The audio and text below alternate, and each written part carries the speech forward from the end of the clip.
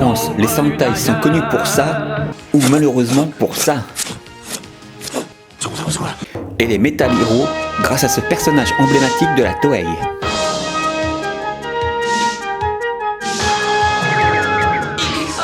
Le shérif de l'espace. Son domaine, c'est notre galaxie. Sur la Terre. Bienvenue dans Phase S numéro 7 dédié au Tokusatsu et plus particulièrement aux Sentai et Metal Hero avec nos spécialistes du sujet. Le Tokusatsu est un terme générique qui regroupe plusieurs catégories de héros. Attardons-nous sur les Super Sentai et les Metal Hero.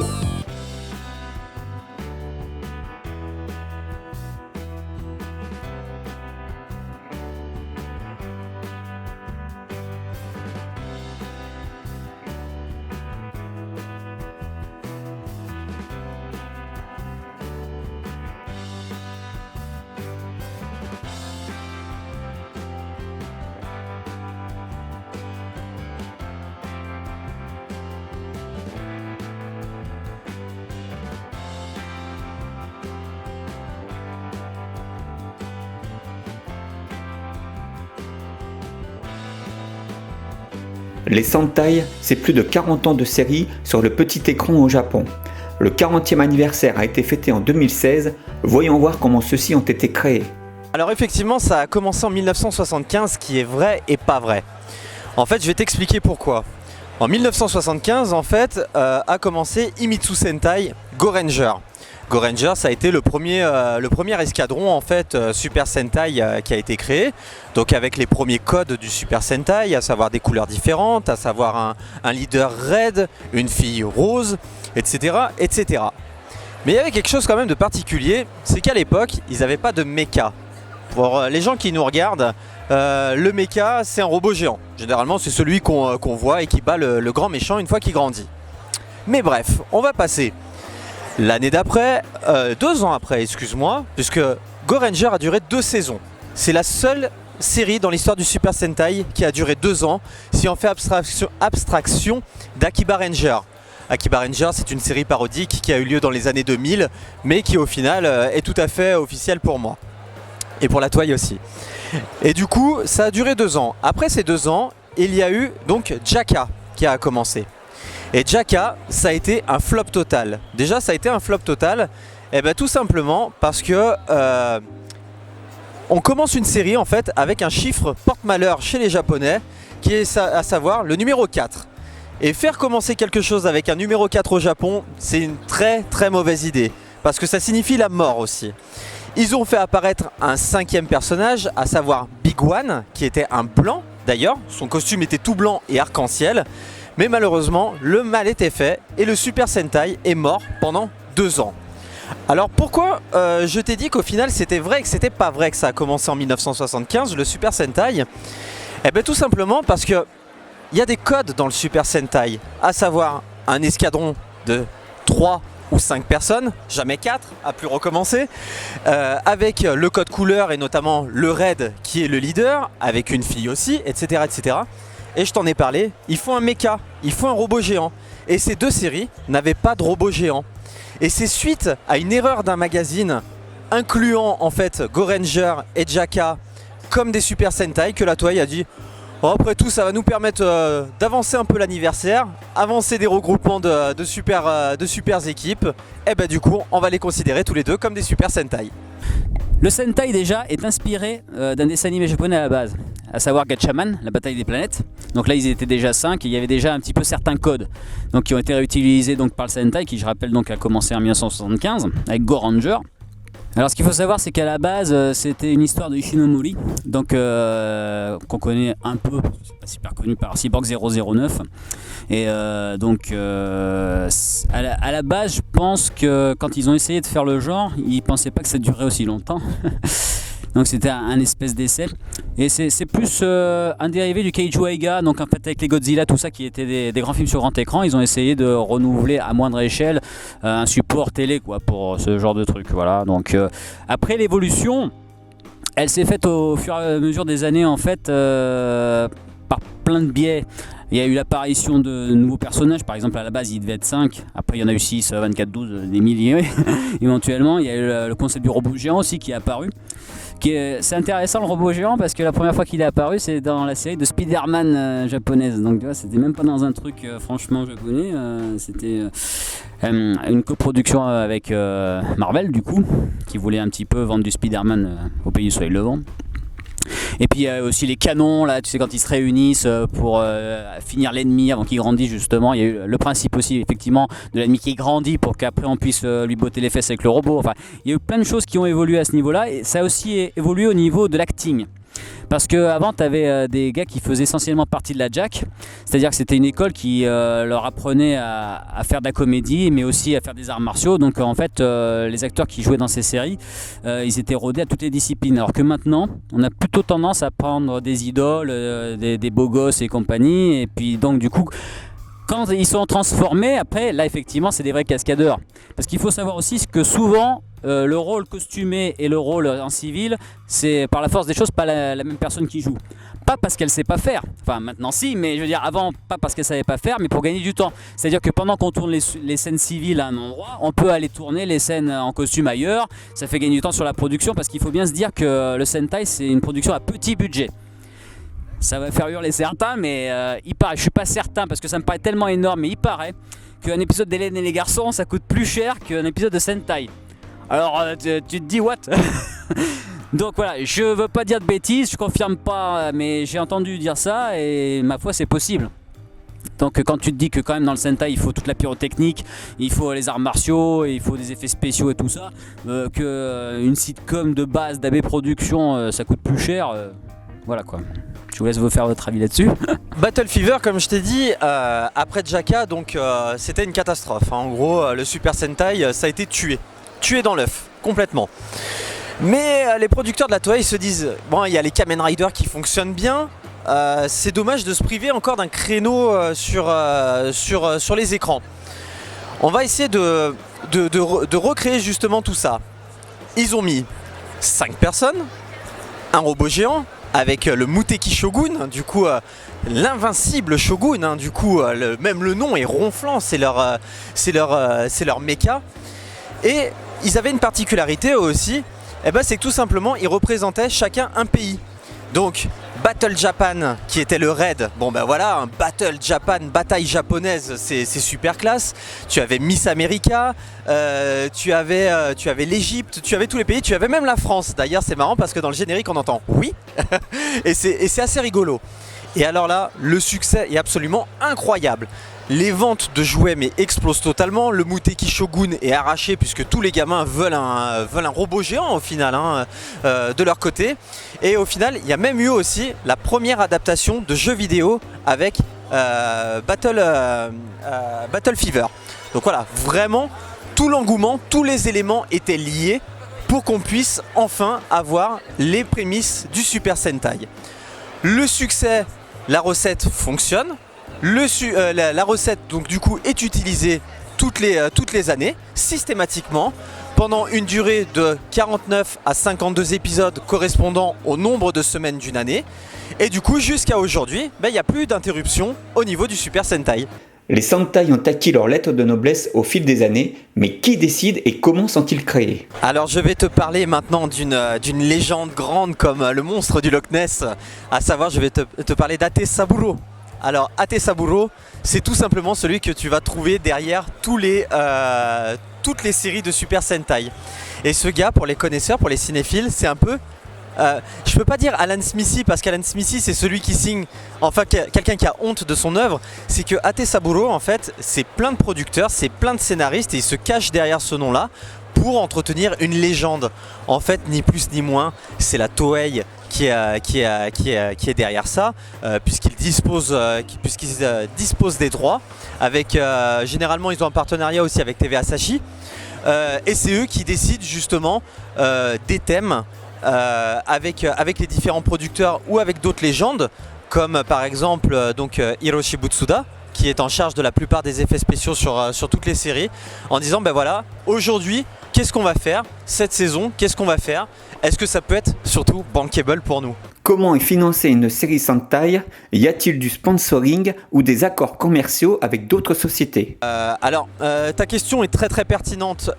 C'est-à-dire que depuis quelques années, en fait, on s'aperçoit à la fin et au début du générique, en fait. À la fin du générique, excuse-moi, et à la fin de l'ending de chaque série, qu'il y a un sponsor avec McDonald's.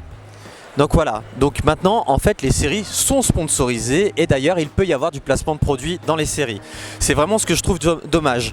D'ailleurs il y a des scènes mythiques qu'on voit depuis quelques années qui est le fameux handshake, c'est-à-dire que le Super Sentai qui vient de se terminer tape dans la main du nouveau Super Sentai. Et là, en fait, l'image se fige et t'as le gros McDonald's qui se met sur place. Donc ça, c'est vraiment dommage, mais c'est logique. Avant, j'ai envie de te dire, la Toei, c'était une super puissance, ça l'est toujours d'ailleurs. Mais ils ont tellement de projets, ils ont tellement d'équipes, qu'ils sont obligés au bout d'un moment d'avoir recours à des sponsors. Ça m'étonne pas plus que ça. Mais parce que regarde, par exemple, dans les Kamen Rider et dans d'autres séries Super Sentai, les motos et les voitures c'était Mazda. Donc voilà. Donc le sponsoring ça a tout le temps existé, c'est seulement que c'était moins présent. C'est juste que maintenant nos yeux à nous de consommateurs, on vit dans une société de consommation, donc systématiquement les marques on les voit. Mais regarde un vieil épisode de Liveman et tu vas voir de la Mazda de partout. Comment sont choisis les thèmes des séries Sentai qui sont assez redondants, comme les animaux ou les voitures? Est-ce des thèmes que les Japonais affectionnent particulièrement? Tu fais bien de noter ça. C'est vrai qu'il y a beaucoup de redondances. Je vais parler tout de suite des redondances au niveau des séries. Par exemple dans les véhicules ou dans les animaux, etc. Parfois il n'a pas fallu grand chose. C'est que tout simplement c'est des thèmes faciles. Donc du coup tu vas pouvoir trouver plein d'animaux, tu vas pouvoir trouver plein de véhicules. Donc du coup c'est un thème qui va, allez hop, c'est Car Ranger, Turbo Ranger, voilà, même dans Bokenger tu as beaucoup de véhicules. Mais en fait c'est tout simplement fait parfois aussi pour que tu te retrouves avec un film où tu peux mêler toutes ces équipes. Et donc revendre du nouveau du jouet, revendre de nouveau du Super Sentai, revendre de nouveau le robot. Et parfois même le robot de la série actuelle va se transformer en Gatai. Gatai signifie fusion en fait en japonais, et va combiner des éléments d'anciens mechas sur lui pour devenir encore plus puissant. Donc c'est une logique qui est purement commerciale. Mais comme tu le dis, il y a quand même des thèmes qui sont pas choisis au hasard. Je vais te parler du thème, on va dire, qui est le plus célèbre pour les jeunes générations, on va dire, comme les nôtres, les trentenaires. Je considère qu'on est encore un peu jeune quand même. C'était Gokaiger. Gokaiger, c'est l'escadron des pirates Gokaiger. Et du coup, les pirates, on se dit, c'est sorti dans les années 2010, etc. Et pourquoi ils ont pris les pirates pour faire une série anniversaire? Eh bien tout simplement en fait, parce qu'ils vous ont voulu rendre hommage au manga qui marchait le plus à cette époque-là, qui est One Piece. Voilà. Après, derrière, il y a eu l'escadron des trains, Tokyuger. Alors Tokyuger, du coup, on va dire, non mais attends, oui, bon, les Japonais adorent les trains, donc c'est normal qu'ils ont choisi les trains. Oui, mais non, il n'y a pas que ça. C'est qu'en fait, les Japonais ont déposé et ont obtenu les Jeux Olympiques pour 2018, si je me trompe pas. Et qu'est-ce qui leur a permis en fait d'avoir aussi la validation de leur dossier? C'est qu'ils vont créer spécialement un nouveau Shinkansen pour ça. Et Tokyuger, pour rendre hommage à ça, a fait un escadron des trains. Donc tu vois, derrière beaucoup de séries, il y a un thème. Je vais t'en montrer une autre, pour qu'on la voit mieux. On la connaît en France sous nom de Mighty Morphin Power Rangers. Et au Japon, par contre, c'est Zyuranger. C'est les dinosaures. C'est sorti en 1992. Toi, qui es cinéphile, tu sais ce qui est sorti en 1992 au cinéma. Un film sur des dinosaures qui a bouleversé tout le monde. Jurassic Park, tout simplement. Donc tu vois, derrière parfois beaucoup de séries, il y a un thème qui est aussi du marketing. On parlait du marketing tout à l'heure. Et ben ça va pouvoir permettre de dire aux enfants, t'as aimé les dinosaures de Jurassic Park, t'as acheté les jouets américains, mais maintenant achète les jouets japonais avec Zyuranger. C'est tout à fait vrai, Magi Ranger, c'est totalement inspiré de Harry Potter.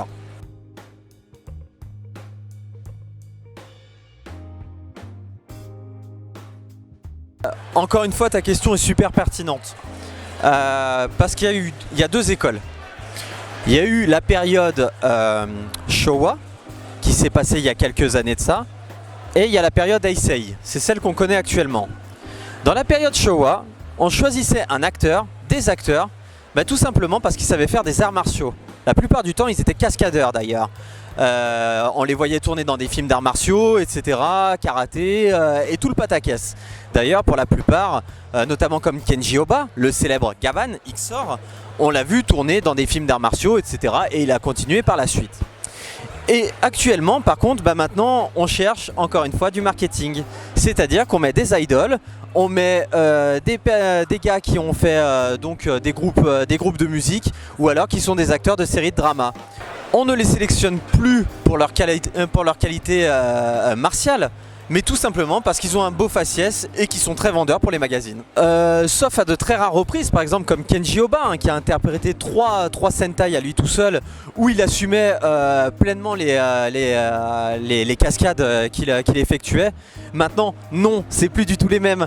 D'ailleurs, tu peux le voir, c'est-à-dire que quand ils sont en civil, la plupart des acteurs actuels maintenant sont très fins, très longilignes, très filiformes, d'ailleurs pour correspondre aux critères des jeunes filles et des jeunes garçons. Et quand ils endossent leur costume, ils sont plutôt très baraqués. Et d'ailleurs, anecdote très sympathique, c'est que généralement dans le dernier épisode, le dernier Henshin, le Henshin c'est la transformation en fait. Ils le font sans casque. Si quand ils sont casqués, leur Henshin se fait par exemple avec un salto arrière ou quelque chose comme ça, quand on voit que ce n'est pas eux sous le costume, donc en gros quand ils n'ont plus leur casque, ils font plus du tout de salto, en gros ils font une pirouette sur eux-mêmes et puis voilà. Y a-t-il une vie après le Sentai? On peut voir par exemple Riki Miura en Geki Violet dans la série Geki Ranger, puis plus tard en Charivan Next Generation, ou Kenji Oba alias Xor et sa longue carrière. Mais est-ce des cas particuliers? C'est quand même des cas particuliers, concrètement. Autant les anciens acteurs, comme je te disais, tu vas tout de suite les retrouver en cascadeur sur de nombreux films ou alors dans des seconds rôles, etc. T'as Kenji Oba, mais qui lui est une légende parce en plus c'est l'élève de Sonny Shiba, donc du coup il est un peu pistonné par le maître, donc voilà, mais il a des qualités qui sont exceptionnelles, donc voilà. Par contre, pour les plus jeunes, c'est beaucoup plus difficile. On va prendre un cas particulier que j'ai vu assez récemment. C'est Kamen Rider Wizard, l'acteur de Kamen Rider Wizard civil. Donc Kamen Rider qui est un autre genre du tokusatsu. Lui par exemple il a joué dans un drama qui s'appelle Good Morning Call. Donc voilà, généralement en fait leur agent les fait tourner en fait sur toutes les productions que la Toei peut produire. Pour les autres c'est quand même beaucoup plus difficile, c'est-à-dire que pour les filles généralement tu vas malheureusement très vite les retrouver en petite tenue sur internet par contre elles peuvent aussi revenir faire des caméos dans des films par la suite ou alors prêter leur voix à un nouveau personnage masqué. Par exemple, nouvelle anecdote, Gokai Yellow de Gokaiger prête sa voix à la Pink de cette année de Q-Ranger. Voilà, puisque c'est un robot en fait, mais elle lui prête sa voix, mais non pas son physique. Donc il peut effectivement y avoir une vie après le Sentai, mais c'est très très compliqué, très très compliqué. Si c'est le beau gosse de service qui sait chanter, etc., ils vont réussir à le caler justement même à chanter un opening parfois. Ils vont faire chanter un opening au gars ou à la fille en lui disant voilà, tu peux aller là, mais c'est quand même costaud pour eux. Les Sentai sont-ils, comme les animés, intégrés dans la culture japonaise? Ah oui, complètement, d'autant qu'il y a des dessins animés et donc des mangas qui font directement référence. Donc déjà, il y avait cette influence-là. Et ensuite, l'influence, elle a été mise à l'envers. Et le Sentai, par exemple, c'est Sailor Moon. C'est clairement un Sentai en dessin animé. Bon, bien sûr, il y a aussi Wingman, là c'est du Metal Hero, mais c'est clairement aussi en dessin animé, donc ça se renvoie la balle. Et en fait, comme tout ce qui se passe au Japon, dès que c'est quelque chose de culte, ça interagit avec tout, quoi que ce soit le jeu vidéo, que ce soit le manga papier, que ce soit l'animé, que ce soit du live, tout est en interaction permanente quoi, au Japon. Donc oui, ça a influencé et ça s'imbrique l'un dans l'autre parfaitement. Alors moi je peux te le dire, puisqu'il y a un mois de ça j'étais donc au Japon, j'y suis resté quasiment un mois d'ailleurs, où j'ai pu aller dans de nombreuses villes, et effectivement c'est quelque chose d'ultra ancré dans la culture japonaise. À la limite, j'ai envie de te dire, au départ c'est un peu normal que c'était ancré dans la culture japonaise puisque c'était nouveau, ça instaurait des nouveaux codes. D'ailleurs des dessins animés ont repris aussi ces codes-là, hein. On voit avec Wingman par exemple, Wingman qui est un vrai hommage donc aux séries Tokusatsu, donc comme Kamen Rider, Ultraman ou alors les Super Sentai. Ça a été parodié aussi de nombreuses fois, mais maintenant c'est vraiment quelque chose, alors ça fait plus beaucoup d'audience, faut pas rêver. Y a très peu de séries maintenant qui font une grosse audience en fait, parce que c'est devenu limite le petit rendez-vous quotidien du matin pour les enfants, pour un très jeune public d'ailleurs. Mais tu as du produit dérivé de tout. Si tu veux une petite anecdote sympa pour te dire à quel point c'est ancré dans la culture populaire, tu as des sparadraps Super Sentai, tu as des boules mousseuses pour le bain Super Sentai, et ça va jusqu'au papier toilette. Donc voilà, non, tu trouves absolument de tout en Super Sentai, dans tous les magasins, dans n'importe quoi, dans tous les combini, tu trouveras toujours du Super Sentai, et c'est un vrai rêve pour les fans comme moi.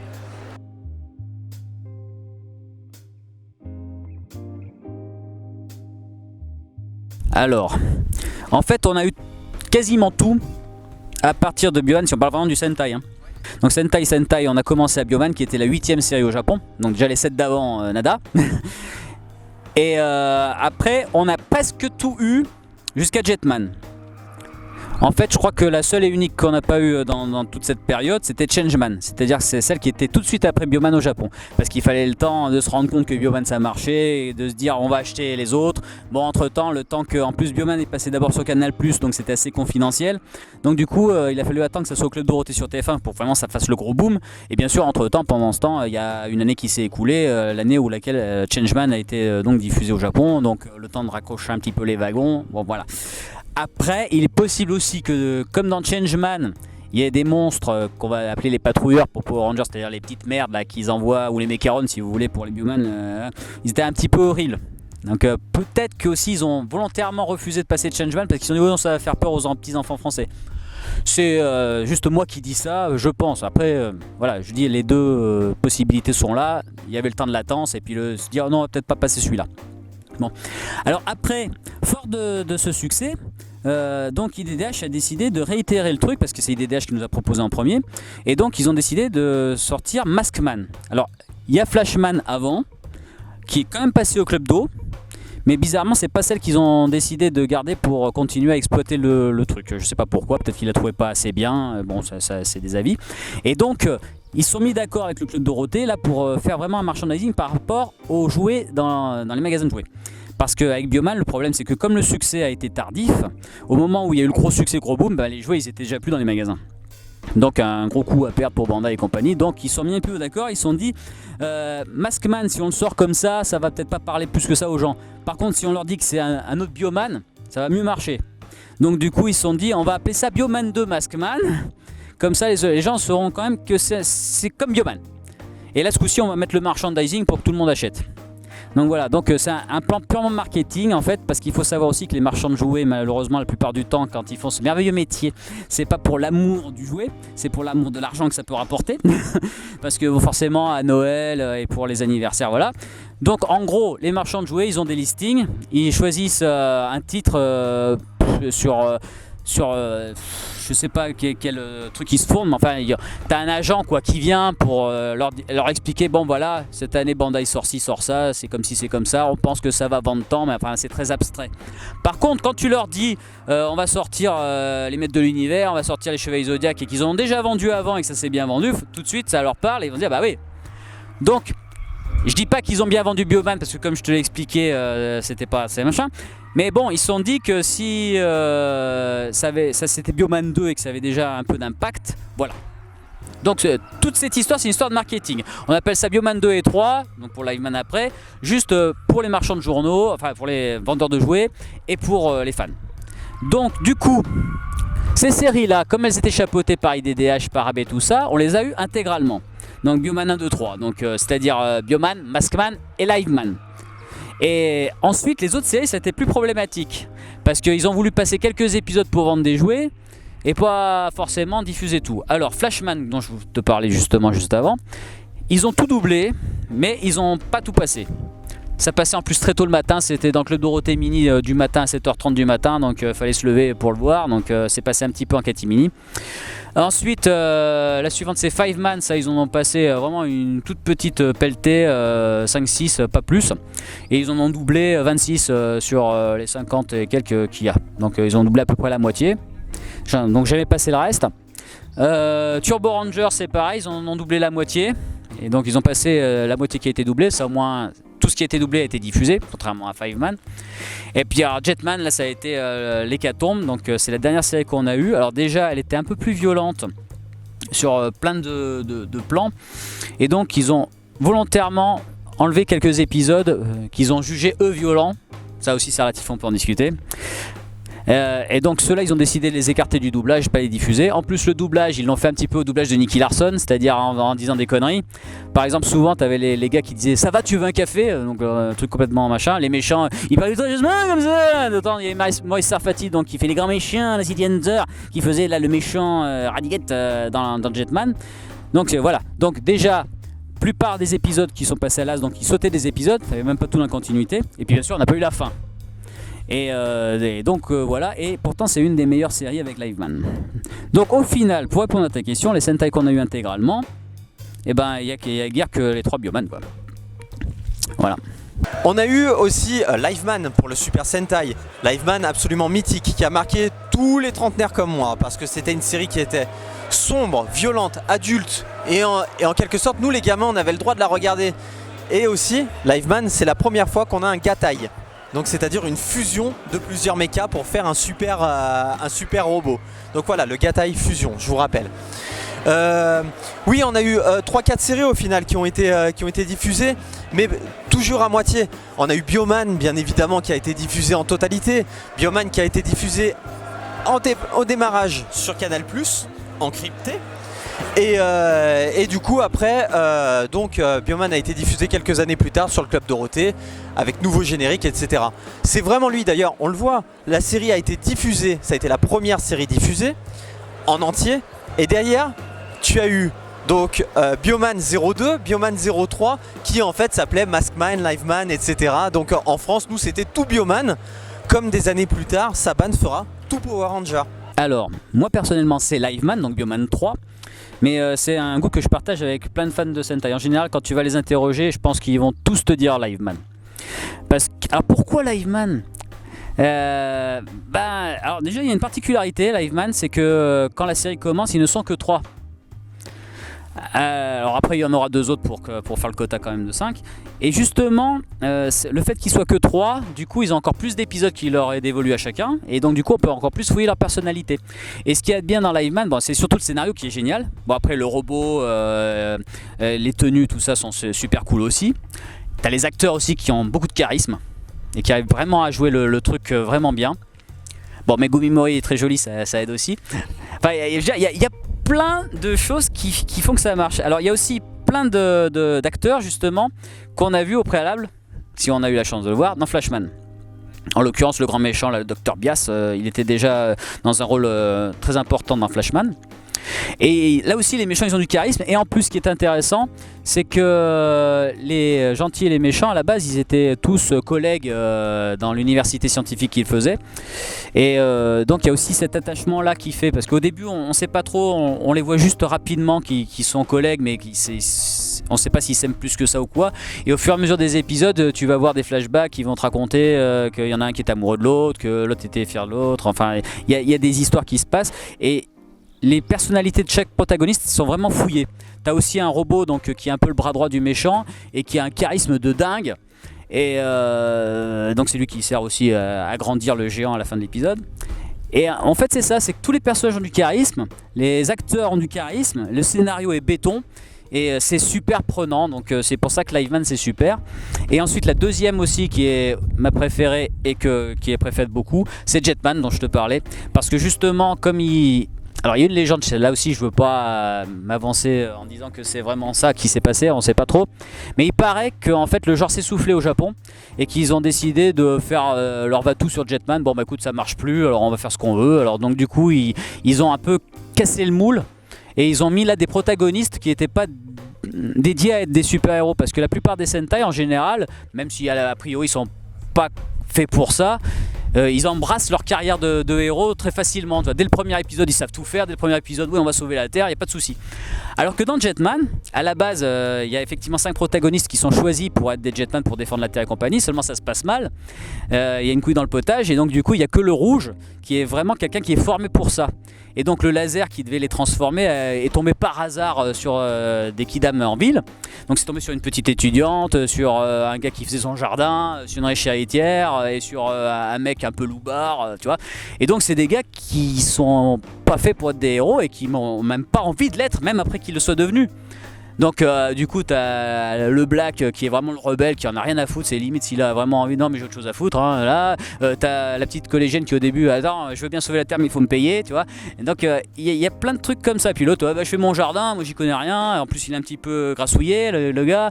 Donc tu vois, et puis les méchants aussi, pour une fois t'as pas un grand méchant avec tous les petits sbires en dessous qui disent ouais on va faire ci, on va faire ça, c'est des méchants qui se disputent la place de chef. Donc du coup il y a aussi des querelles internes, intestines et tout ça. Et donc du coup là aussi le scénario est vachement intéressant. Les monstres c'est l'électroménager ou des trucs comme ça, parce que ça fait un truc un peu cucu.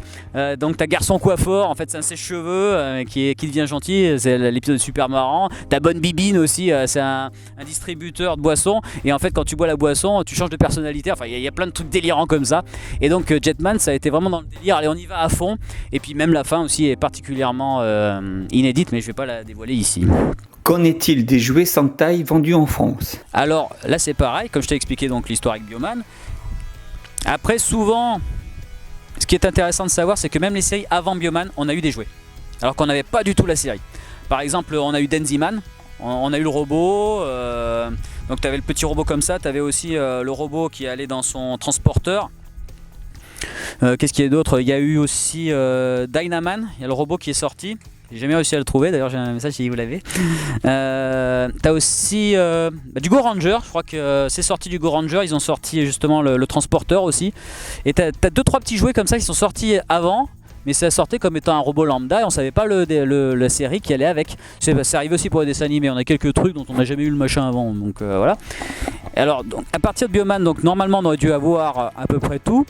Ce qu'il faut savoir c'est que sur Bioman on a eu que 3 forces sur les 5. Donc il en manquait 2. Liveman c'est pareil, les 2 derniers sont pas sortis, mais ça c'est un peu plus expliqué quoi, puisqu'ils sont arrivés plus tard dans l'histoire. D'ailleurs je précise aussi que les 2 protagonistes supplémentaires de Liveman, là pour le coup, ils sont responsables des épisodes les moins bien de la série. Parce qu'ils sont tellement pas charismatiques, tellement qu'ils servent à rien, c'est les épisodes les moins bien. Donc voilà, fallait pas les mettre. Je trouve personnellement qu'ils servent à rien, qu'on s'en serait très bien passé, mais bon ça bon. Voilà, donc c'est quelques épisodes, c'est pas beaucoup, mais voilà, ils sont pas bien. Il y a aussi Dorothée qui fait un caméo, mais bon voilà, il fallait en parler, mais on lit. Donc les jouets, on n'a pas eu les jouets de Flashman. Changeman non plus, hein. Non, on n'a rien eu de Changeman. Flashman on n'a pas eu alors que ça a été diffusé, mais comme je te dis, il y avait eu le temps de latence peut-être, ça explique que. Et en même temps, tous les trucs de cette année-là, on les a pas eu. Spillvan c'est pareil, hein. On n'a pas eu les jouets non plus. Donc voilà, Jaspion non plus d'ailleurs, mais ça c'est passé trop tard, donc c'est un petit peu normal. Et après, donc ils ont plus vendu quelques jouets. On a eu Fiveman quelques épisodes, il y a eu quelques jouets de Fiveman, pas mal même jouets de Fiveman. Turbo Rangers a eu les jouets aussi. Et Jetman, et on les a eu, mais c'est un peu plus dur à trouver aussi. Mais grosso merdo, on a eu à peu près les jouets des trucs qui ont été diffusés, donc à l'exception de Flashman. Et on a eu quelques jouets, même des trucs avant. Et après, c'était Power Ranger. À l'heure actuelle, en France et dans une grande partie du monde, on ne peut voir les Sentai qu'avec les Power Rangers. Pourquoi? Et comment Saban a-t-il eu l'idée d'adapter les Sentai en Power Rangers?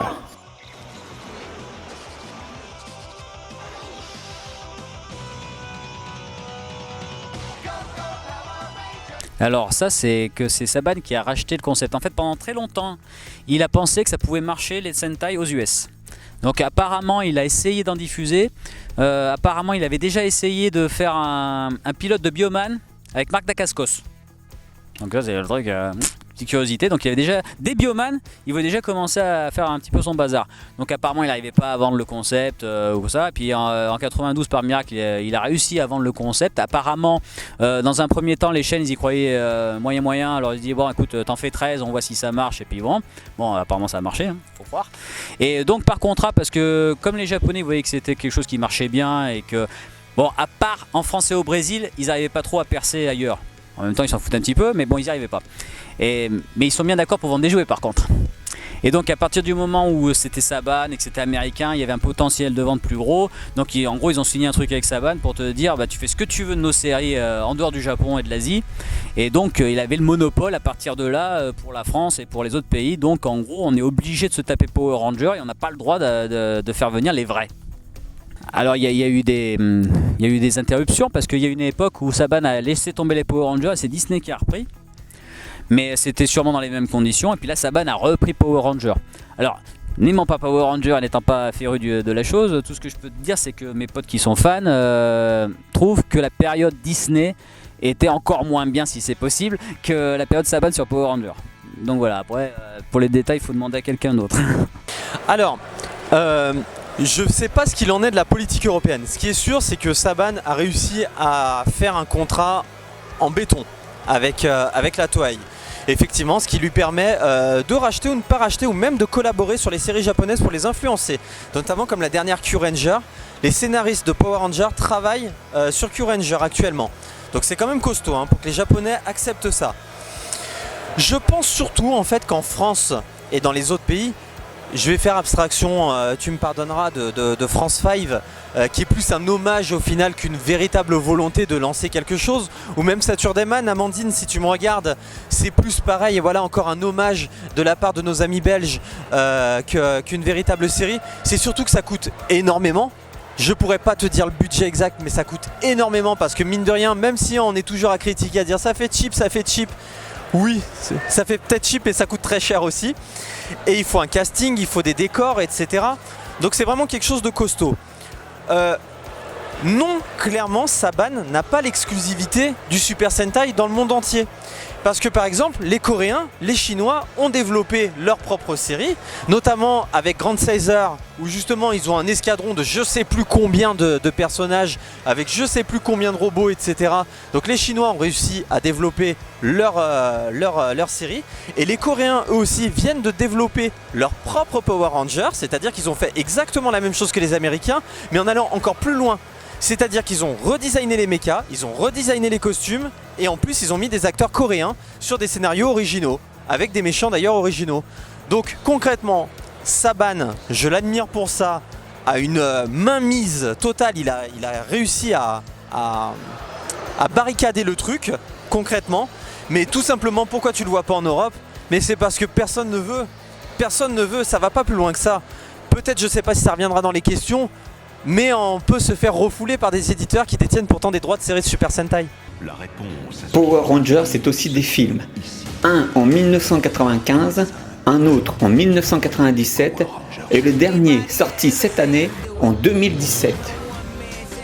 Alors, moi déjà je vais être franc avec toi, j'ai fait abstraction de tous les fans soit de Power Rangers ou de Super Sentai qui me disaient c'est génial et tout, etc. Je me suis basé en fait par rapport aux images moi que j'ai vues et du feeling que j'en ai eu en fait en regardant ça. Je l'ai pas encore vu, mais concrètement je vais te dire, et je le pense sincèrement, bravo Saban. Pourquoi? Parce que enfin il a réussi à se détacher du business model qu'il a mis en place. Il aurait pu être super confort, refaire encore en quelque sorte comme le premier film d'ailleurs qu'il avait fait, Power Ranger le film, qui est un gros ratage, hein, il faut être honnête, mais où les costumes étaient quand même encore très proches des designs originaux. Et donc du coup, là il a carrément redesigné tout le truc. Bon ok, clairement c'est du Iron Man et tout, mais bon ça bref on s'en fout un peu. Le mecha je le trouve vraiment vilain, mais au moins il a fait le pari de créer quelque chose d'original. Donc pourquoi pas. Moi je veux dire, rien que par rapport à ça, je l'applaudis. J'ai vraiment une bonne image de Power Ranger le film, concrètement.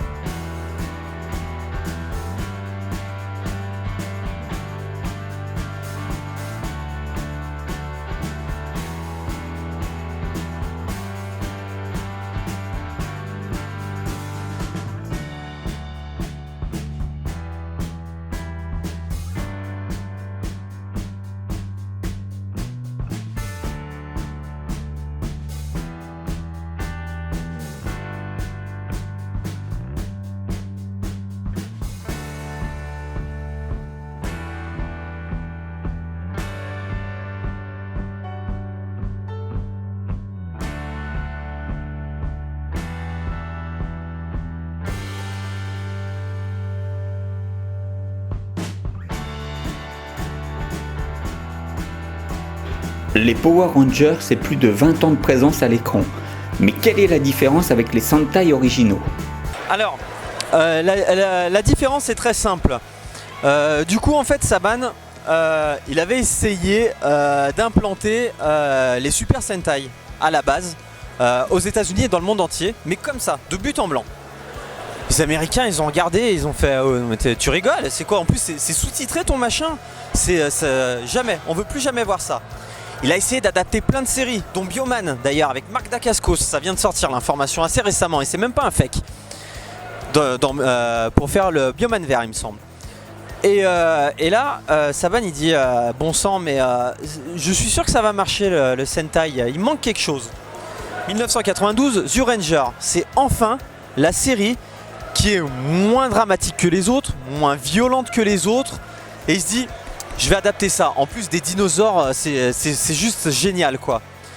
Et il se dit, mais mine de rien, il faut que je fasse des économies. Tu vois, on parlait de marketing tout à l'heure.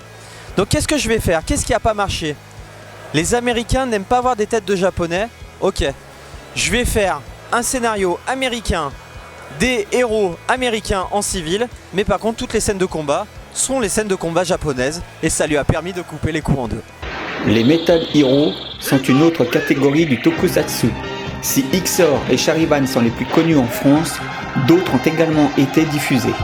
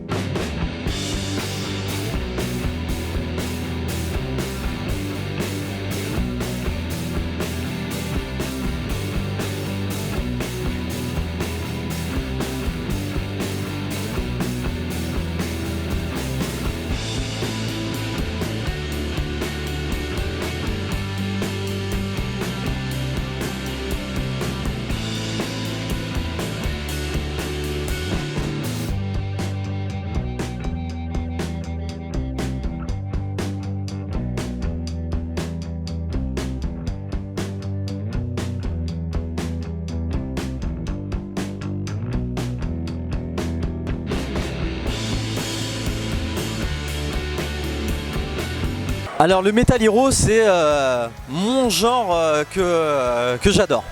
Pourquoi? Parce que là carrément ils sont en armure de chrome, en armure totale, sauf Jiraiya. Tu as parlé de Jiraiya qui est notre ninja le moins Metal Hero de l'univers. Je vois pas pourquoi il est toujours dans les Metal Hero, mais bon tant pis, c'est comme ça, il est dans le genre donc il a le droit. Et tu as parlé donc des Space Sheriff, donc les Uchu Keiji, shérif de l'espace, hein, tout simplement. D'ailleurs c'est une très bonne traduction. XOR, donc Gavan, qui s'appelle d'ailleurs Gavan au Japon, tout simplement parce que son créateur était fan de Jean Gabin. Voilà. Et il y a eu donc Charivan, qu'on a connu en France sous le nom de XOR 02, le rouge, qui est mon préféré d'ailleurs.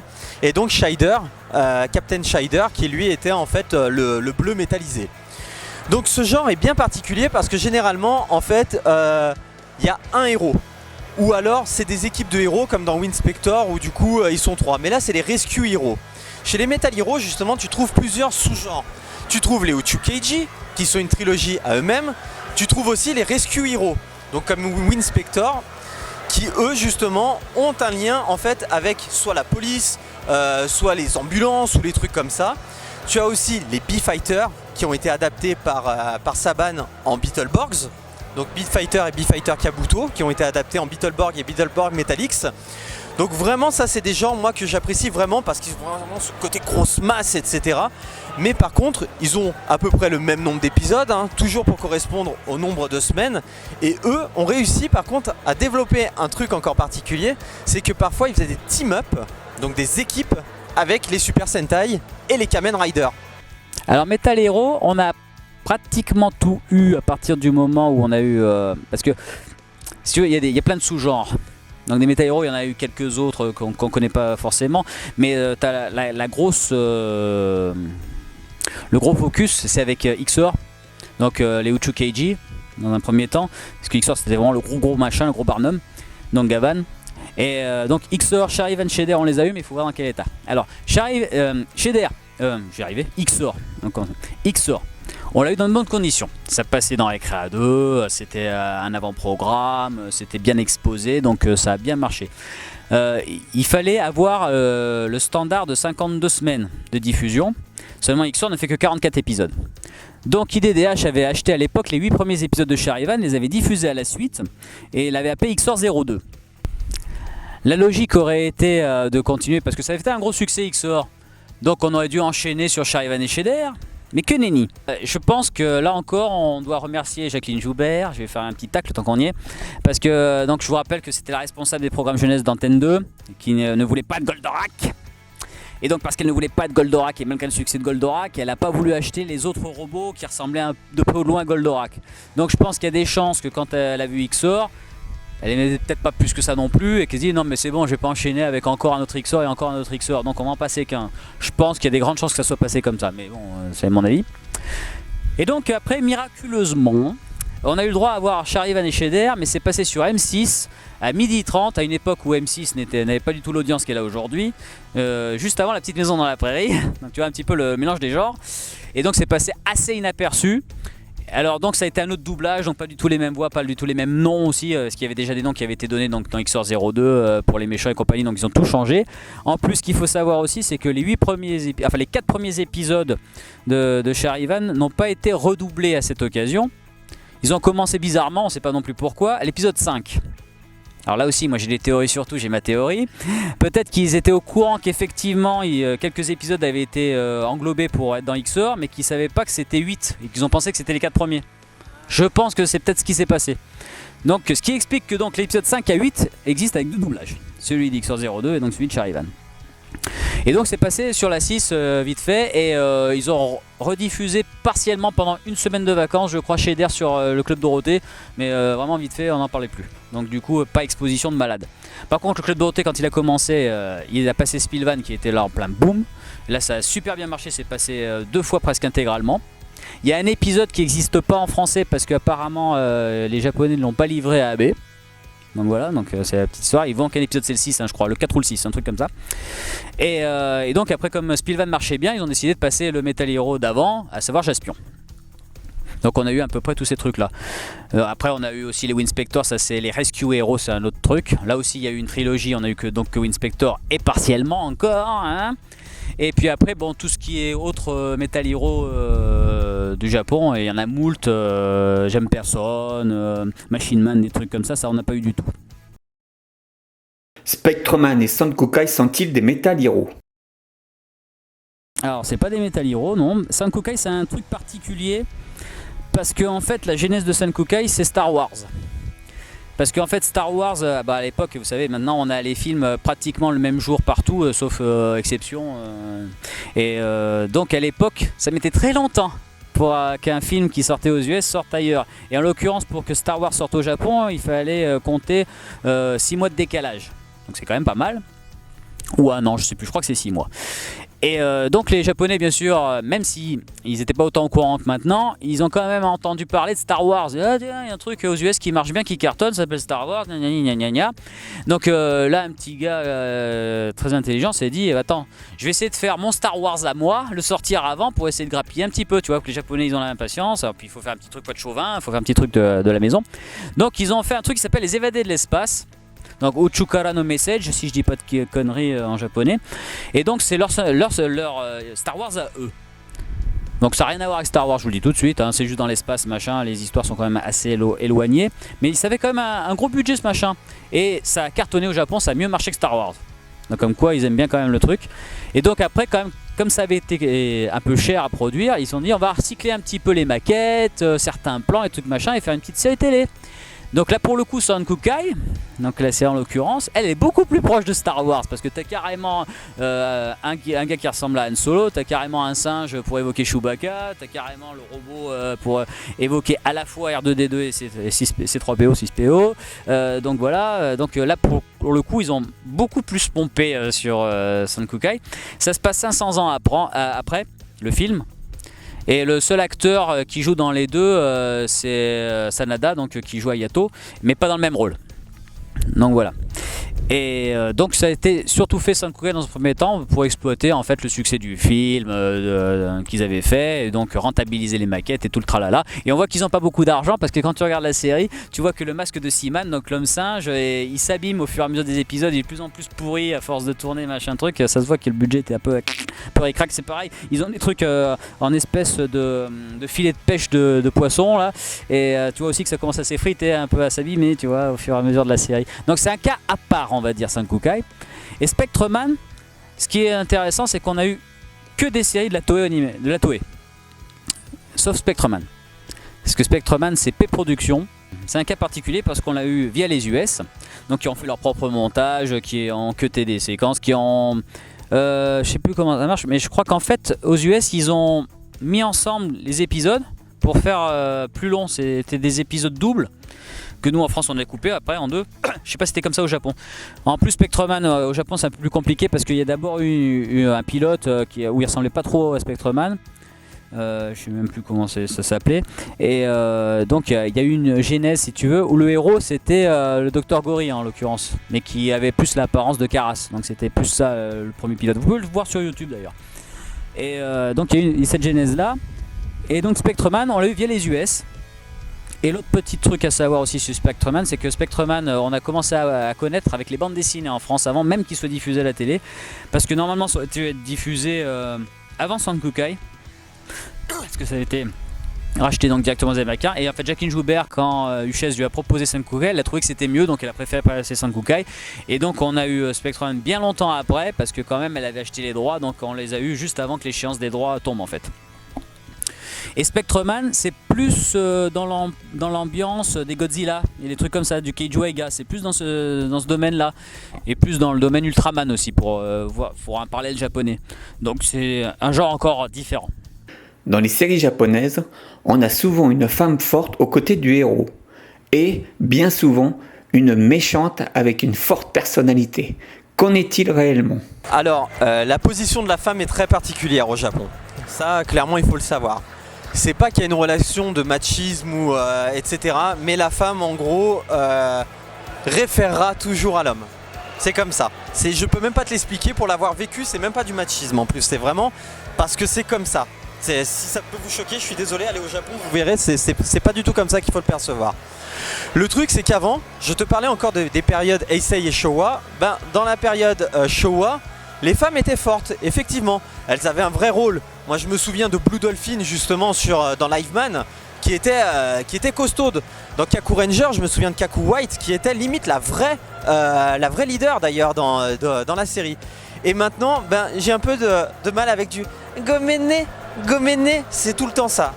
Elle est badass pendant 2 épisodes, et puis après, elle retrouve sa place de femme. C'est horrible à dire, hein, comme ça. Hein. Mais c'est en gros... ouais, alors quand on aura un ennemi qui fera un peu chochotte ou féminin, tu vas t'en occuper, mais sinon tu resteras toujours derrière et c'est toi qu'on va venir secourir régulièrement. Moi j'ai vraiment du mal. La dernière fille badass que j'ai trouvée, c'est Gokai Yellow d'ailleurs. Il y a aussi Kyoryu Pink dans Kyoryuger qui est plutôt costaude. Mais après ça a toujours été du Gomene. Dans Shinkenger d'ailleurs, et c'est là, cette série est très très importante à citer, c'est les samouraïs. Je suis désolé, je vais spoiler ceux qui n'ont pas vu la série, mais au final, la véritable impératrice et donc héritière du clan Shiba, c'est une femme, et donc la leader est une femme raide. Concrètement, pendant 4-5 épisodes. Ah, alors les méchantes, non. Alors du coup, ça aussi, c'est bien particulier. C'est qu'avant, il y avait beaucoup de méchantes, effectivement. Comme la sorcière Pandora justement dans Zyuranger, où c'était la vraie méchante. On peut le voir d'ailleurs dans Power Ranger le film, c'est Rita Repulsa puisque c'est Pandora au final. C'est une vraie méchante aussi. Et maintenant, on a de nouveau que des méchants. Généralement, la méchante est un bras droit qui en plus va souvent trahir. Elle va dire non mais au final le méchant il est vraiment trop méchant. Ou alors c'est la potiche, elle va dire ah super méchant, je peux que mourir avec toi, sans toi ma vie ne fonctionne plus. C'est assez frustrant. Depuis maintenant quelques années, on assiste à une accélération de crossover dans le tokusatsu. Qu'en est-il exactement ?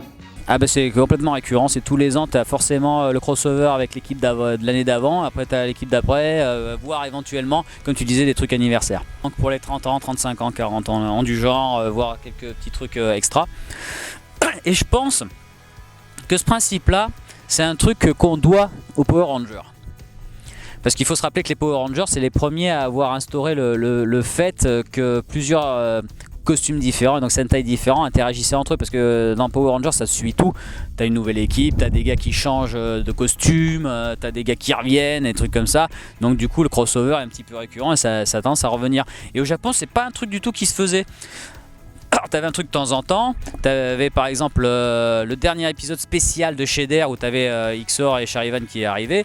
T'as le dernier épisode de Charivan où Xor venait lui donner un coup de main. T'as des petits trucs ponctuels de temps en temps comme ça, ou des acteurs qui ont joué un rôle important qui viennent et que quand tu sais que c'est l'acteur d'eux. Par exemple Kenji Oba, donc qui jouait dans Battle Fever, dans Denziman, tout ça, qui revoit certains de ses anciens complices qui interviennent dans Xor, mais pas en tant que le héros qu'ils étaient avant, en tant qu'un autre personnage. Donc c'est quelque chose d'assez rare quand même. Mais je pense que c'est l'influence Power Ranger qui a fait ça, parce que bizarrement ça s'est institué justement à partir du moment où c'était devenu Power Rangerisé cette histoire. Je crois que le premier crossover ça a été Olenja Kakulenja, et c'est à partir de là que c'est parti. Ils ont dit ouais, on le fait tous les ans, voire 2 par an, donc pour avoir le Sentai de l'année avec le précédent et avec le suivant. Alors, comme je te le disais, alors ce phénomène de crossover est pas nouveau. Il existe depuis des années. Les crossovers entre Super Sentai, c'est même logique. Tu as l'ancien qui vient aider l'actuel ou qui se combat contre l'actuel, et tu as le nouveau qui va, enfin le futur qui va faire une petite apparition pour dire haha, vous voyez, moi aussi je suis là. Tu as forcément une notion marketing derrière. Tu crées le buzz en fait, mais ça fait plaisir aux fans. Quand tu vois le film Gokaiger 199 Sentai par exemple, tu vois 199 Sentai, j'ai cru que j'allais m'évanouir devant mon écran à ce moment-là. Même si les scènes durent même pas 5 minutes, c'est rien que de voir certains Sentai emblématiques, et notamment tous les super mechas à la fin aussi qui apparaissent, c'est juste exceptionnel. Moi par contre, je te dirais que ça commence à me gaver en fait, parce que autant avant c'était des réunions, tu vois, ils se réunissaient tous pour des 35 ans ou quelque chose comme ça. Maintenant c'est toutes les années, les 20 derniers Sentai, vous allez rencontrer les 20 derniers Riders et vous allez rencontrer les 20 derniers Metal Hero. Non, c'est bon, juste pour revendre du jouet. Je le vois, je suis collectionneur, je suis un des plus gros collectionneurs de France, et comme un pigeon j'achète à chaque fois, donc voilà. Mais tu as quand même des très très bonnes choses. Notamment tu parlais de Gaban, Bagan Cross Gokaiger, lui il est super bon. Et puis oui, il y a du fanservice total au début. Quand tu les vois se taper tous les deux avec leurs 2 vaisseaux dès la scène de départ où justement il va les arrêter et tout. C'est super classe, c'est super classe. Et là j'attends avec impatience par exemple Deka Ranger Cross Uchukeiji. C'est vraiment ce qui me tente. Mais concrètement il faut plus chercher du scénario, ça transpire le marketing à fond. Le merchandising des Sentai est-il aussi développé que l'animé au Japon? Alors à mon avis, il peut peut-être même l'être davantage, parce que c'est clairement créé pour vendre du jouet. Parce que le Sentai ça cible un public enfantin à la base au Japon. Ils essaient pas de... Bon, de plus en plus ils essaient de viser un peu plus haut, voilà, parce que les choses ont fait que. Mais au départ c'était pour vendre du jouet. Donc de fait, je pense que le merchandising au Japon doit être très très fort, parce que c'est fait pour vendre du jouet. Et puis il y a aussi les représentations de Korakuen. Korakuen c'est en fait quand tu vas dans une convention et que tu as un spectacle en vrai, avec les acteurs, enfin les cascadeurs plutôt, les acteurs aussi de temps en temps, avec des effets spéciaux et tout ça. Donc c'est comme si tu assistais au tournage, quoi. Ils te font une séquence avec des booms, des explosions, des méchants et tout ça. Et il y a aussi le Korakuen qui à mon avis rapporte quand même pas mal de sous aussi, parce que ça doit bien marcher ce truc là aussi. Et puis maintenant, depuis quelques années, c'est ponctuel, hein. Tu as le Super Sentai Spirit, c'est-à-dire que c'est un concert où on fait venir un maximum de chanteurs de génériques de Sentai, et tant qu'il ça, et t'as une trentaine de génériques qui défilent, et ça fait un gros succès tout ça, et donc je pense que là aussi ça y fait, voilà. Si les Sentai et Metal Hero sont populaires au Japon et édités régulièrement en DVD en Blu-ray, qu'en est-il chez nous en France? Bah au Japon je pense que tout sort, hein, parce que de toute façon c'est leur culture, c'est leur machin. En France c'est vite vu, c'est clair. Si tu veux acheter tout ce qui est sorti en DVD dans le genre, t'as Sankukai, Xor, Charivan, Bioman. C'est tout. Après, tu as quelques petits essais. Bon, tu peux trouver donc le film des évadés de l'espace. Avec en DVD une version redoublée parce qu'on a eu un doublage à l'époque, mais là encore il manquait des séquences, il manquait un quart d'heure. Donc du coup le quart d'heure en plus a été doublé, puis en plus ils ont changé les noms, ils ont fait en sorte que ça soit la suite de Sankukai, alors que comme je vous l'ai dit tout à l'heure ça se passe avant. Et donc par exemple le robot il l'appelle Sidero 2, ce qui est complètement débile. Et puis ils ont voulu rebaptiser les personnages pour être plus raccord avec enfin le doublage est catastrophique. Je vous conseille plutôt de vous faire si vous pouvez la VHS avec le vieux doublage, même s'il manque des séquences. Et puis sinon tu as quelques essais, il y a un film de Kikaider qui est sorti là, tu as des petits gars qui c'est un peu autre chose, c'est Super Rider, c'est une version de Kamen Rider taïwanaise. Et tu as des gars sur Ulule qui vont sortir ça en DVD, mais tu peux les avoir que chez Crocofilm, donc vous tapez, vous cherchez, ça sera pas diffusé dans les Fnac et compagnie. Donc tu as quand même des gens qui font des petits essais. Tu as Super Inframan aussi, ça aussi c'est pareil, c'est un peu... un Spectreman taïwanais qu'ils ont essayé de faire. C'est sorti aussi en VHS à l'époque et là tu le trouves aussi en DVD chez HK mais que en VO sous-titré par contre, alors que c'était doublé à l'époque. Donc tu as quelques essais, quelques expériences, quelques petits trucs comme ci comme ça. Mais bon, les gros trucs, je te dis, c'est Xor, Charivan, Sankukai, Bioman et puis basta. Hein, parce que les éditeurs ils y croient pas, ils se disent que ça se vendra pas. Voilà. Alors, au Japon, ce qu'il faut savoir, c'est que le DVD, le Blu-ray, ça coûte un bras, une jambe et tout le reste des organes que tu peux hypothéquer. Généralement, une intégrale en Blu-ray coûte l'équivalent de 500 €, 450, 500 € et encore ça dépend de la série. Gokaiger, je te raconte même pas, les prix que j'ai vus c'était horrible. On montait même jusqu'à 700 €. Sur du DVD, tu peux t'en sortir en trouvant une intégrale, on va dire, à 350 €. donc voilà, ce qui est déjà horrible. Mais c'est surtout parce que tout simplement, le marché de la location marche très très bien au Japon. Ce n'est pas mort la location. Et tu retrouves tous les films, tous les épisodes, toutes les séries de n'importe quel tokusatsu en location. Donc voilà, le marché se porte très bien à ce niveau-là. D'ailleurs, ça marche pas que pour le toku, ça marche pour absolument n'importe quel anime. Aussi bien que ça coûte cher ou que tu peux le louer, ça marche pour n'importe quelle série. En France, alors en France, on a eu des éditeurs, c'est Déclic, il me semble, a eu le courage de sortir une édition collector de Bioman et de Xor. D'ailleurs, moi ça m'a fait abonner à leur collection rien que pour ça, parce que tu retrouvais quelques maigres bonus, mais ils étaient là. Une VO, une VF, avec un petit livret. Moi franchement, je vous applaudis, bravo. Mais il y a d'autres éditeurs, dont je vais taire le nom, à qui on a proposé justement, qui avaient des licences notamment comme Liveman ou alors Jetman dans leur catalogue, ou même Maskman, de dire bah écoutez, nous les fans, ce qu'on peut vous proposer, c'est qu'on trouve des investissements privés, et puis derrière on peut faire des financements participatifs. Ils nous ont gentiment répondu que non, mais de toute façon, même si vous arrivez à financer le truc, eh ben ça va nous coûter trop cher. Ben, ça peut pas vous coûter trop cher, puisqu'au final on vous le finance à la base, vous pouvez que gagner des choses. Ouais mais non, oubliez, on garde la licence et on la laisse mourir. Voilà.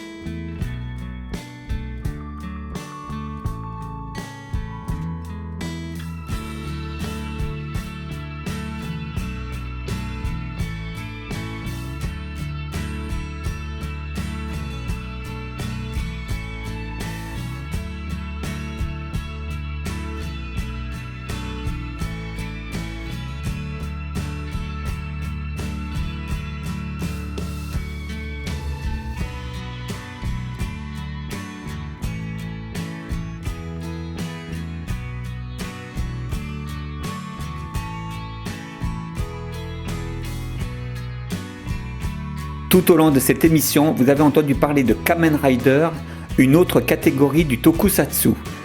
Un héros né dans les années 70 et qui a su évoluer au fil des années et se remettre au goût du jour comme les autres. De même, nous vous présentons Kikaider.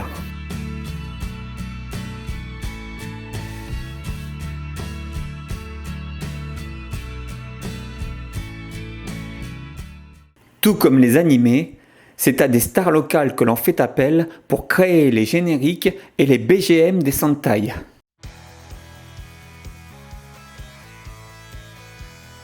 Voilà, alors comme je te le disais, ils sont un d'office soit 3 soit 5 parce que 4 tu vois d'ailleurs tout le monde klaxonne l'interview, c'est absolument génial, j'ai un nombre de fans absolument incroyable. Et donc du coup jamais 4, hein, ça porte la poisse, hein, donc on oublie ça. Et du coup en fait le véritable 6ème, l'officiel, c'est le Dragon Ranger en fait, de Zyuranger. Voilà, c'est la version verte de lui en fait, c'est le frère du Tyranno Ranger, voilà, qui est un peu maléfique au départ. Et il est tout de suite toujours plus badass. Il est plus costaud, il a un bouclier, il a des armes supplémentaires, il a un mecha à lui tout seul d'ailleurs. C'est vraiment quelque chose qui apporte une force à l'équipe. Mais dans les séries on va dire plutôt actuelles, dans le genre de Shinkenger par exemple, où Shinken Gold arrive, donc le 6ème est souvent argent ou or. Il n'y a aucune signification de couleur, c'est juste que c'est plus flashy en fait, tout simplement, tu le remarques plus. Shinken Gold par exemple, comme tous les nouveaux 6ème qui arrivent, il est super fort pendant 5-6 épisodes, il a des pouvoirs mais alors de la super vitesse, de la super force, et tout d'un coup tu sais plus pourquoi mais il les utilise plus, et il devient le faire-valoir du raid.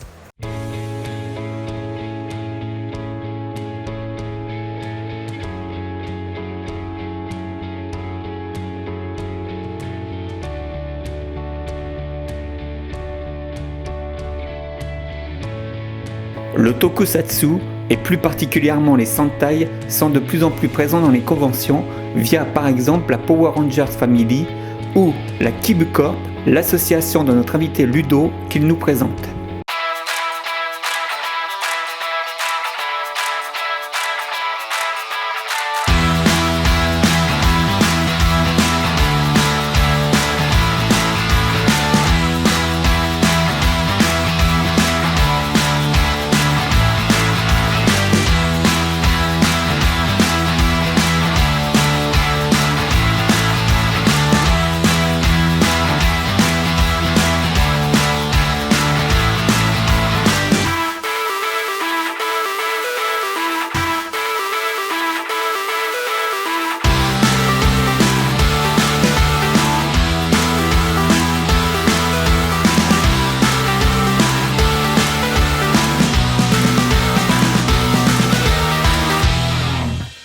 Alors Kibu Corp, eh bien écoute, c'est l'association que j'ai fondée il y a quelques années de cela, donc avec mon épouse. Le but de Kibu Corp, qu'est-ce que c'était? En fait, on voyait à droite, à gauche qu'on était plein de fans en fait de Tokusatsu. Et que le fan de Tokusatsu il se cache parfois, il aime pas bien se montrer. Et nous on s'est dit on a pas mal d'objets à montrer directement en import du Japon. On a pas mal de costumes qu'on fait nous-mêmes et tout. Et on s'est dit pourquoi pas les montrer en fait dans des représentations, pourquoi pas les montrer dans des salons. Et du coup on s'est mis à montrer nos expositions en fait de mecha, de personnages et de costumes surtout en salon. Et petit à petit, il y a des gens qui nous ont rejoints, qui sont devenus nos amis, qui ont endossé aussi leurs propres costumes, qui se sont mis à faire des costumes aussi. Et maintenant, on est plus de 15 dans l'association. Et on a rencontré des gens super sympas qui sont devenus des potes à nous en salon. Vous les voyez pas dans le champ, mais ils sont autour de nous. Et c'est vraiment une communauté super sympa. Vous pouvez nous retrouver sur Facebook justement, hein, on fait encore pas mal d'animations sur tout ça. Vous pouvez aller aussi sur le forum et le site internet d'Hiroshock, qui est une communauté tokusatsu ultra sympa. Vous savez les mecs que je vous adore. Et puis voilà. Donc nous, clairement, Kibu Corp c'est quoi? C'est tout simplement la passion et faire briller les étoiles dans les yeux des gens, c'est tout ce qu'on aime. Alors, Charlène d'ailleurs, qui est la couturière de notre équipe, est couturière d'ailleurs professionnelle. Sans vraiment dégager de bénéfices, ça coûte 400 €. Si vous le faites faire par un professionnel, là on parle juste du costume d'ailleurs, on parle pas du casque, on parle pas des bottes, rien du tout, hein. Si vous le faites faire par un professionnel, ça peut aller jusqu'à 900 € rien que le costume. C'est une passion qui coûte cher, c'est pour ça que nous on essaye de sculpter nous-mêmes, de peindre nous-mêmes les kits, de trouver toujours des petites astuces à droite à gauche parce que malheureusement c'est une passion qui coûte cher. C'est la raison pour laquelle nous sommes rémunérés pour nos prestations. Les gens croient souvent que c'est pour qu'on se mette de l'argent dans les poches, mais non, c'est tout simplement pour qu'on puisse réinvestir dans les costumes et vous offrir toujours plus, notamment sur scène. D'ailleurs on fait des shows sur scène. Si vous étiez à la dernière Japan Touch, il y a notre vidéo sur YouTube où on a carrément fait un show à la japonaise. Alors, donc on est lyonnais de base, donc c'est vrai que du coup on fait pas mal de conventions lyonnaises, mais là on va arrêter. Concrètement, on va commencer à aller un peu à droite à gauche parce qu'en fait on est multitâche. C'est-à-dire qu'en fait nous on va continuer à promouvoir un peu le tokusatsu un peu de partout. D'ailleurs il y a une autre association, d'ailleurs la Ranger Family, on vous fait coucou, qui eux sont clairement par contre Power Rangers. Nous on est clairement tokusatsu, eux sont clairement Power Rangers. C'est une notion qui a le mérite d'exister et qui font un peu la même chose que nous, et eux se produisent aussi dans les magasins, etc. Donc nous, vous nous trouvez absolument de partout, mais sur plein d'autres thèmes aussi. Nous aurions pu également vous parler de Bomber X, mais celui-ci fera l'objet d'une prochaine émission.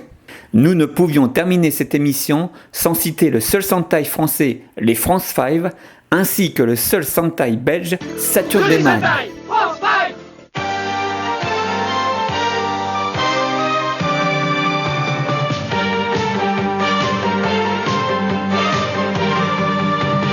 De Bourgogne en Aquitaine, Lexus 13 menace nos plaines. Fiers défenseurs du rouge, blanc et bleu, courage, espoir, France 5. Phase S numéro 7 est maintenant terminée. Un dernier mot pour vous dire que vous pouvez retrouver régulièrement des infos sur le tokusatsu dans la seule émission française dédiée à cela, Tokuscope, de Fabien Moreau et Jordan Guichot. Nous vous souhaitons de joyeuses fêtes de fin d'année et vous donnons rendez-vous dans un prochain Phase S. Vive le tokusatsu, vive les Sentai et vive les Metal Heroes. Ici Planète Terre. Ici Planète Terre. J'appelle la planète Mars. Nous sommes à l'Euro Expo de Lyon. Est-ce que vous m'entendez? Salut tout le monde, c'est Ludo. Salut tout le monde, c'est Ludo. Et aujourd'hui nous allons vous parler de tokusatsu.